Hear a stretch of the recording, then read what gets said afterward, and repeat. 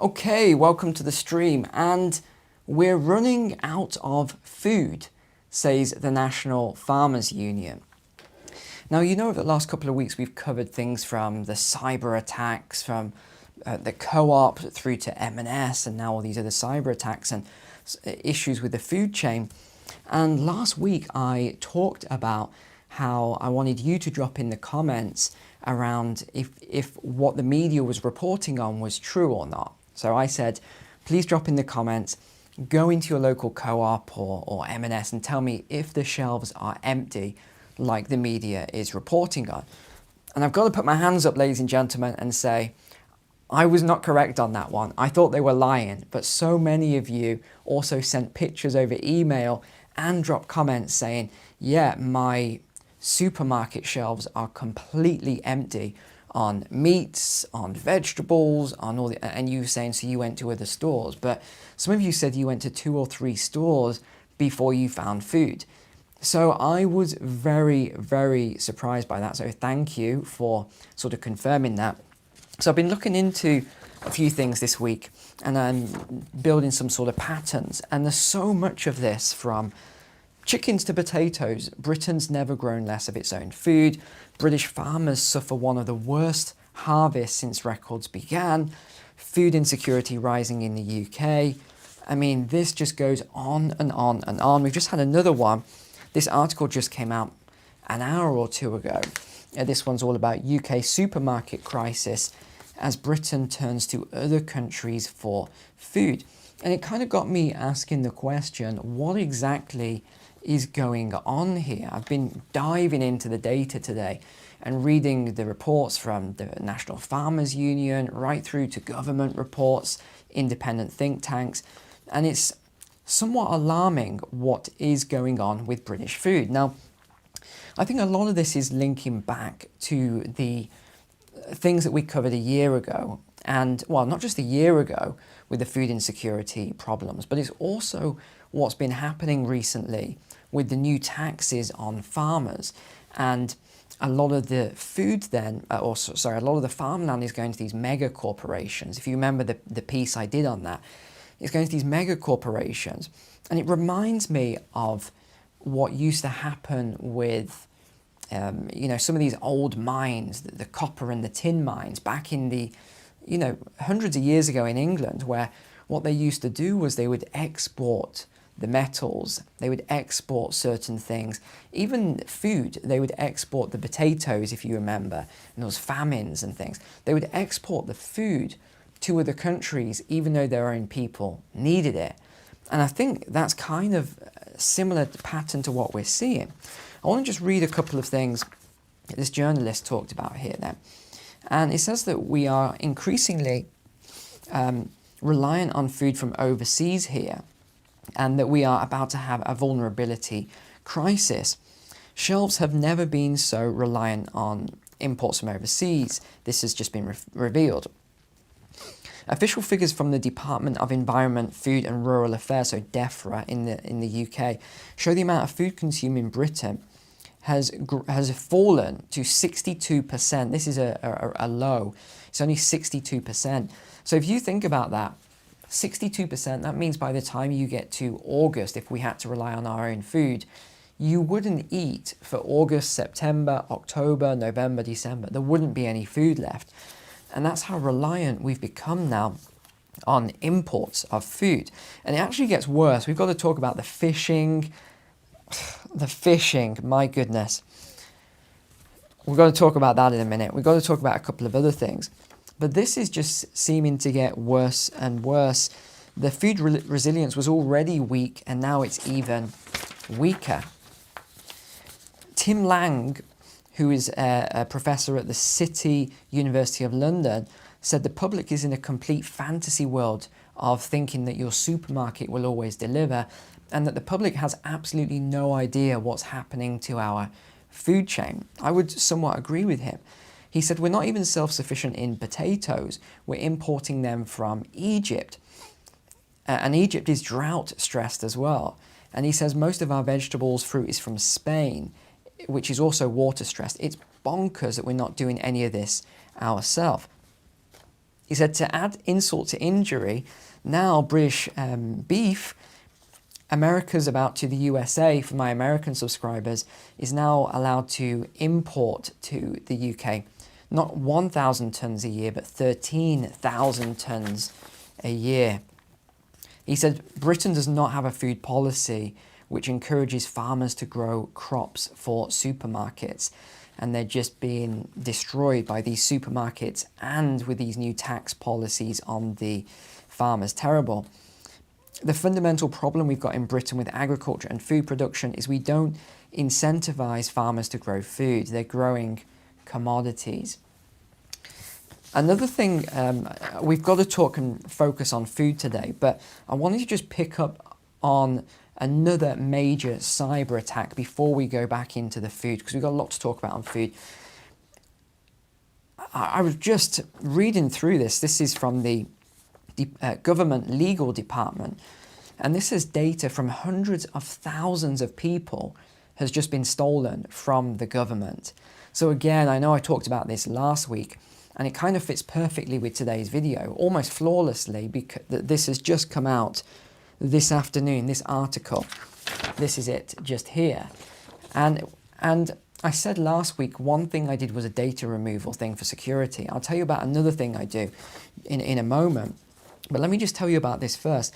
It says the personal data of hundreds of thousands of people in England and Wales dating back to 2010, including criminal records, financial details, has been stolen by a significant cyber attack. Officials admit that the data may have included your contact details, your address, your date of birth, your national identification numbers, your criminal history, employment status, your financial data, your debts, any payments you've made, and there was around 2.1 pieces of data. And this is kind of concerning to me.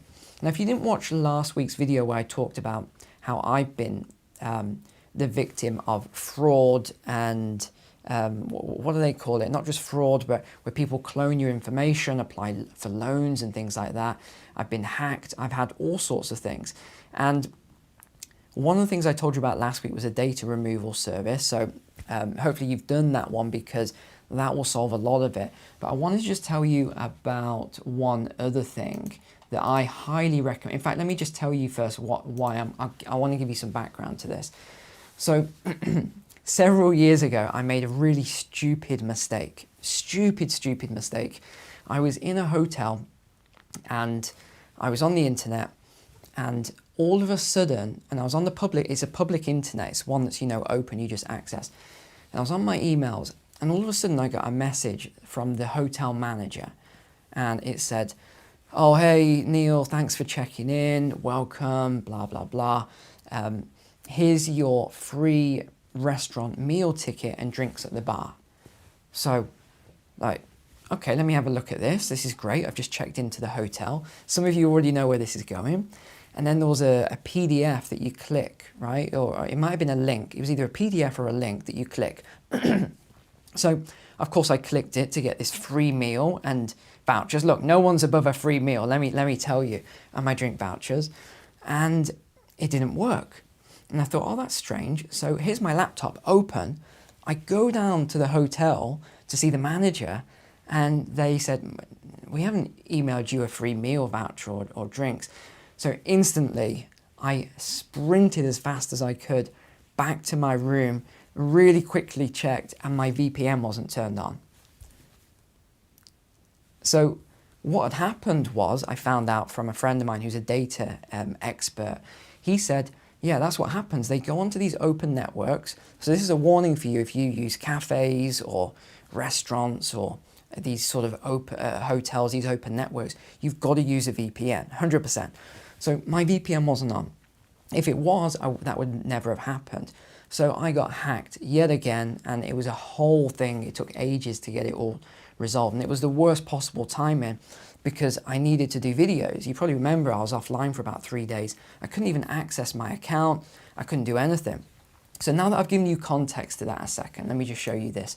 This is what I recommend then. And just to show you this is legitimate, here's my billing history. I do pay for this every single year. So this is the VPN that I use, and I do recommend that you use it because they're massive. 7,700 servers. You can even get a dedicated IP if you want. It's the fastest provider on the market. They have integrated anti-malware. They even have a dark web monitor, so if your information appears, they'll let you know. Protection from online tracking and advertising. There is massive encryption. I mean, it's absolutely huge. It works for everything, Mac, Windows, Android, pretty much everything. So I do highly recommend this. And as always, they will give you, see, you can go on there and you'll see if you're protected anyway. You can go on nordvpn.com/NeilVPN is the code. That's all you need to put in, /NeilVPN, but the link will be below. And you can check, it'll show an IP, which obviously isn't my home IP, by the way. That is the protected IP. And they'll give you 4 extra months. They'll give you a discount, 4 extra months if you use it. So it is really ridiculously cheap, ladies and gents. I highly recommend protecting yourself from this sort of stuff. That's in pounds, but in dollars it would be, maybe $3 or something a month. It's so ridiculously cheap.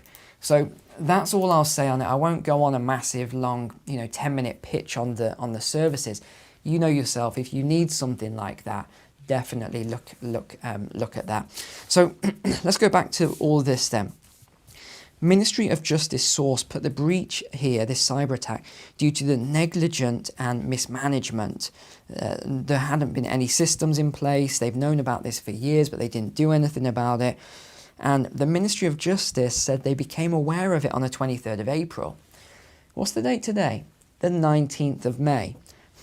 Almost a month ago.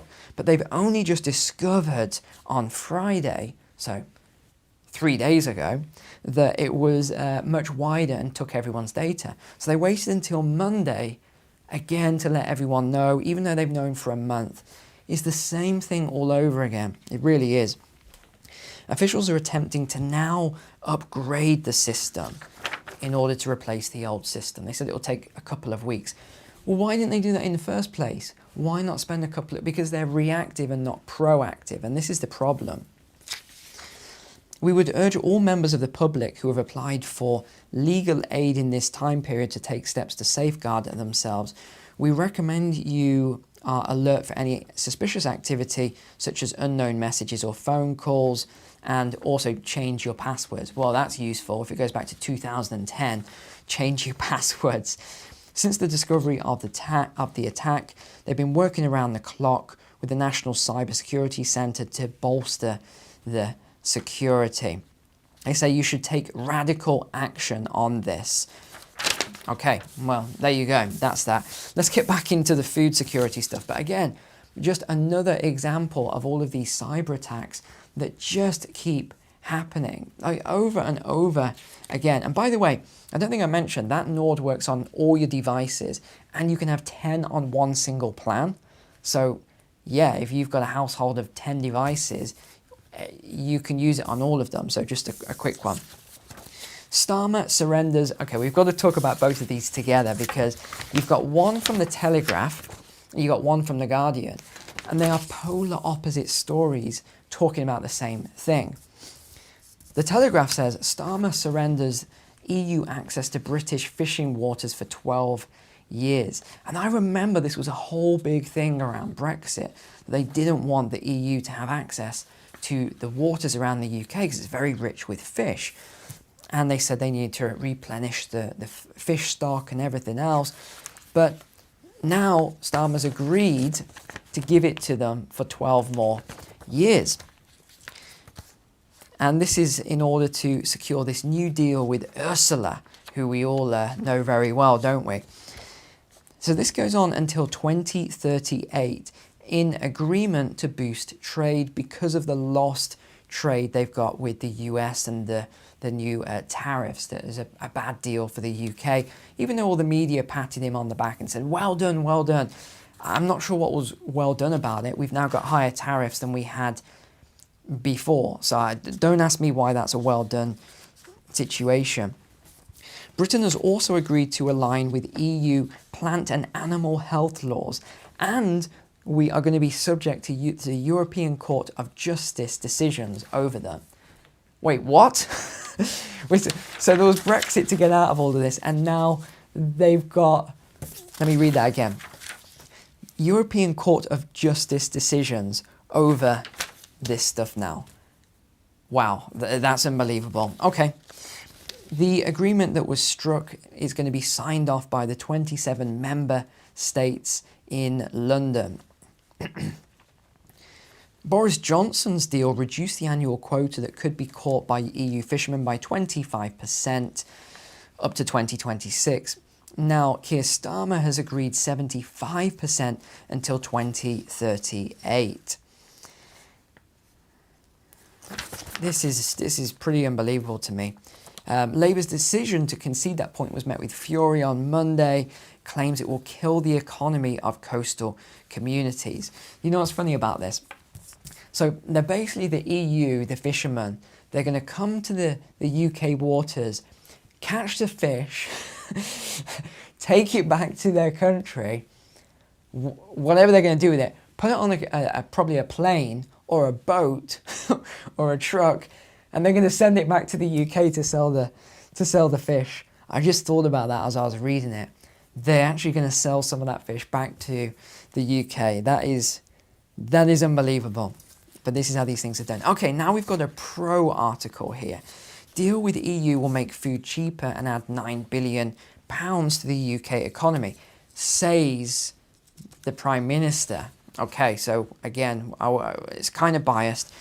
This landmark deal is going to also lower food prices.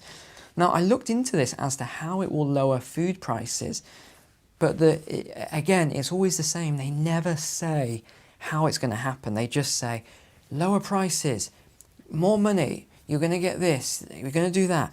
They never say how it's going to work or provide any evidence for it. I don't know if you've noticed this. So they're calling this a great reset. Interesting. This is a great reset that he promised after winning the election. I'm not exactly sure what he means by a great reset. To you, drop it in the comments. It's going to grant the EU fishers access to British waters for 12 years and pave the way for amazing things to occur. What's amazing about giving the EU access to the fishing rights? I'm not exactly sure. And it says that as a result, we're going to just accept some elements of EU food standards and let the European Court of Justice police the deal. I guess that's a good deal. Not. Responding at a press conference, the EU Commission President Ursula von der Leyen said it's not about reopening old wounds, it's about turning a new page. ChatGPT wrote that, I'm telling you right now. You can always tell when ChatGPT writes something because it says, it's not about this, it's about that. You see it all the time. People use it non-stop now. If you're using it, watch, because people will know if you're using ChatGPT. The mindset, the mood, the intent are every bit as important as the details, she said. I have no idea exactly what is meant by that, more word weaving. She also said that the world is at a great political turning point. Europe stands together to show stability as possible. Again, what exactly she means by that, because it's kind of cryptic. Is she talking about America and how they're fighting with America over their trade deal? Is she talking about Russia, Ukraine? Is she talking about China that they want to align closer with? I don't know. It then says that they shook hands on the Great Reset deal. Okay, sure. We're ready to work with partners if it means we can improve people's lives at home. They say it's a great win for British consumers and should lead to lower food prices in theory. In theory, okay, great. So it should, in theory. I think that's pretty much... Oh, there's a good news piece though in here. There is one good news piece. If you're British going on holiday, you will now be able to use the European gates at the airport. So they're giving that access back again. So you'll save yourself 20 minutes. So I guess it was worth saving 20 minutes for that. So much going on today, so much more. There is actually, I'm going to talk about some other things on Wednesday, but I think we'll wrap it up there. Thank you so much for being online today. Really appreciate you. Take care. God bless, and I'll see you next time.